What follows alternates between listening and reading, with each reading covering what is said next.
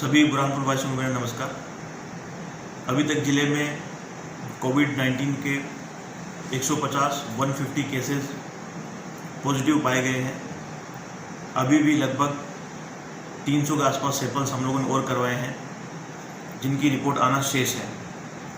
ये रिपोर्ट आने के बाद ये पता लग पाएगा कि अभी और कितने केसेस हैं जो हमारे ज़िले में हैं।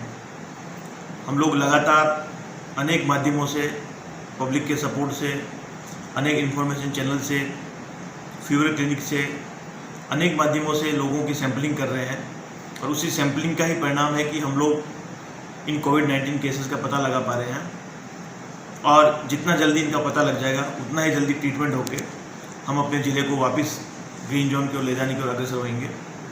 तो मेरा सभी से अनुरोध है कि आप लोग किसी भी कीमत पर बीमारी को छुपाएं नहीं। समय पर आने पर, समय पर पता लगने पर इसका ट्रीटमेंट होता है और ट्रीटमेंट होकर व्यक्ति अपने घर पर सकुशल पहुंचता है। कुछ लोग बार बार सैंपलिंग की डिमांड करते हैं कि सर हमारी भी सैंपलिंग करा ली जाए। तो मैं ऐसे लोगों को बताना चाहूँगा कि वायरस का सैंपल में रिजल्ट पॉजिटिव तभी आता है जब एटलीस्ट आपकी बॉडी में संक्रमण, जब आप वायरस की चपेट में आए या जब आप वायरस से पहली बार आपका वायरस से इनकाउंटर हुआ, तब आप और आपके सैंपल लेने के दिनांक में कम से कम 3-4 दिन का अंतर हो। क्योंकि ऐसा नहीं होगा यदि आपके मोहल्ले में कल कोई पॉजिटिव पाया गया और हम आज आपका सैंपल ले लेंगे तो आपकी रिपोर्ट जो आएगी वो फाल्स नेगेटिव आ जाएगी, क्योंकि आपका अभी वायरस से संक्रमण हुआ ही नहीं है, या वायरस का आपके शरीर में संक्रमण हुआ है लेकिन वायरस का जीनोम आपके जीनोम से अभी मिल नहीं पाया है, तो उस वायरस की आपके अंदर वायरस होते हुए भी आपकी रिपोर्ट नेगेटिव आ सकती है। तो ये पूरा एक साइंटिफिक सिस्टम है, वैज्ञानिक प्रणाली है। उसी प्रोटोकॉल के तहत हम लोग सैंपल्स करते हैं कि इस व्यक्ति का वायरस से इनकाउंटर कितने दिन पहले हुआ होगा, और आज यदि हम उनका टेस्ट करते हैं तो उनका रिजल्ट सही आए। यदि पॉजिटिव आए तो भी सही आए, नेगेटिव आए तो भी सही आए, फाल्स पॉजिटिव या फाल्स नेगेटिव आने की संभावना न बने। तो इस तरह की चीज़ों पर हम लोग आईसीएमआर के प्रोटोकॉल के हिसाब से, हमारे डॉक्टर्स की टीम ध्यान देती है और उसी हिसाब से सैंपल करवाती है। तो ये हमें ध्यान रखना होगा, सैंपलिंग में जल्दबाजी ना करें। जैसे आपको लक्षण प्रतीत हो उस टाइम हम लोग सैंपल लेंगे तो आपकी रिपोर्ट बिल्कुल सही आएगी। या आपको लगता है कि आप ऐसे व्यक्ति के संपर्क में आए हैं और उससे क्लोज कॉन्टेक्ट हैं जो व्यक्ति पॉजिटिव रहा है, तो ऐसी स्थिति में आपकी रिपोर्ट सही आएगी। लेकिन घबराहट में या अन्य किसी साइकोलॉजिकल इश्यूज़ की वजह से सैंपलिंग में जल्दबाजी न करें। हम लोगों को सूचना दे दें, मैंने हेल्पलाइन नंबर जारी करी है, मेरे एक्सपर्ट की टीम आएगी आपके पास में, आकर वो देखेगी कि सैंपलिंग करना है या नहीं करना है, और करना होगा तो निश्चित रूप से आपकी सैंपलिंग करी जाएगी। तो सैंपलिंग को लेकर घबराएं नहीं, सजग रहें। 3-4 दिन बाद अगर हम लोग सैंपल लेते हैं तो उसकी रिपोर्ट बिल्कुल सही आती है। कल भी मैंने एक वीडियो में कहा था कि कुछ लोगों का ये तर्क है कि जिन लोगों का सैंपल लिया जाए उनको उनके घर ना भेज के हम लोग संस्थागत क्वारंटीन में किसी शासकीय संस्था में रखें। तो मैं इसमें स्पष्ट करना चाहूँगा, जैसे उदाहरण के तौर पर हमने कल 300 के आसपास सैंपल लिए हैं।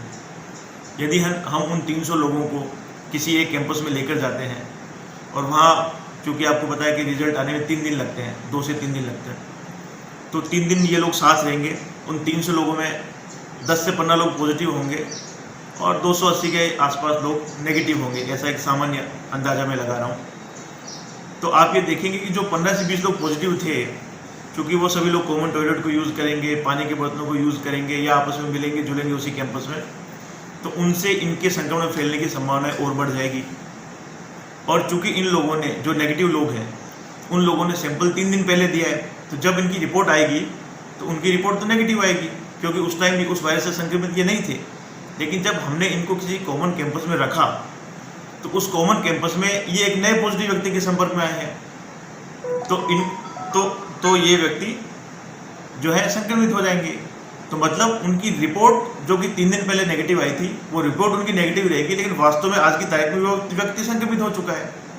और ऐसा व्यक्ति जो संक्रमित हो चुका है परंतु उसको लगता है उसकी रिपोर्ट तो नेगेटिव आई थी क्योंकि संक्रमण तो बाद में हुआ है, तो अपने आप में ऐसा व्यक्ति, उस व्यक्ति को तो ऐसा लगेगा कि मेरी रिपोर्ट तो नेगेटिव है, मैं सब जगह घूम सकता हूँ, मैं जा सकता हूँ, मैं अपना व्यापार कर सकता हूँ, मैं अपना काम कर सकता हूँ, मैं अपने परिवार से मिल सकता हूँ। तो उस चक्कर में और लोगों को कोरोना हो जाएगा। तो ये श्रृंखला और लंबी हो जाएगी।